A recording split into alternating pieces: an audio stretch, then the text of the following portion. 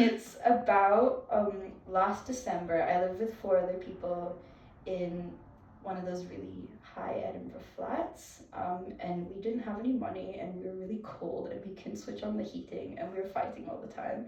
So that's what that's about. And then I moved to a much colder country. I went to Canada for 4 months on exchange, and I was warmer there because they get their oil from somewhere else, and they weren't having a cost of living crisis.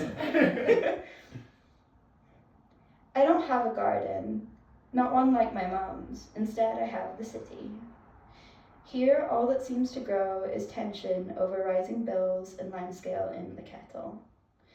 Never thought I'd miss the sting of a nettle, but God, what I would give to reach for a clump of grass and spend the next hour scrubbing at my palms with dockweed leaves. Birds don't nest in trees here. From what I can see, they chatter away on the telephone poles, granite windowsills. We're in a vintage soapbox, a once-was tenement. Preservation laws forbid double glazing.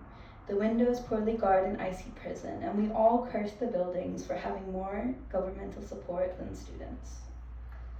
We shiver our way through the ember months. At 3 floors up, my laundry doesn't dry anymore. I sleep in more clothes than I left the house in.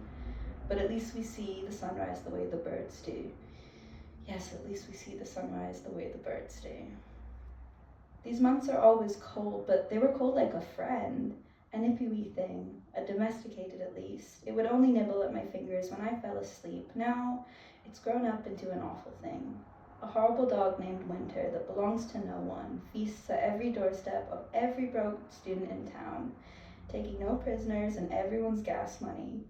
Snaps all through the night and howls till March. Nothing's coming up from the plant pots on the sill. September's. Cost of apples and toothpaste, milk, things I never thought would grow expensive, things I never thought that I would miss. And of course the bills. They keep rising, rising still. And when the harvest comes, will we last long enough to burst from this dead soil, moaning and muttering and gasping for coffee? I think spring will be the night of the living students.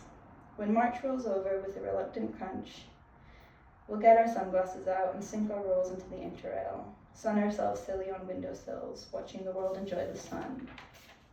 Imagine it. Down below, some kids are vaping. Mango strawberry smoke lingers in trails. Your ice cream is dripping down your arm. And the dog named Winter naps in my lap, docile. And I'm reaping the fruits of our cold labor. And maybe, later, me and the dog will be swaying to music at the bar, harmonizing to the busker with the Jesus hair and a lumberjack beard. Maybe I'll pick it up and whisper in its ear. You are, without a doubt, a massive raging bitch.